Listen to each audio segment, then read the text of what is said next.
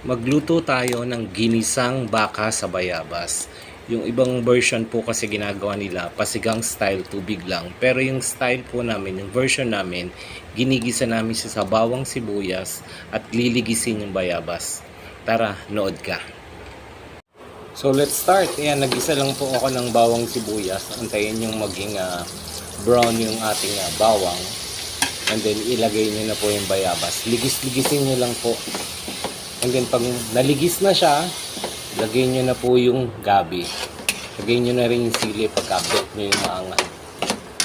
Since napalambot ko na po yung baka, inuna ko yung gabi. Nilagyan ko ng tubig hanggang sa maghalo yung lasa ng bayabas at ng gabi. And then lalagay ko na yung pinalambot na baka.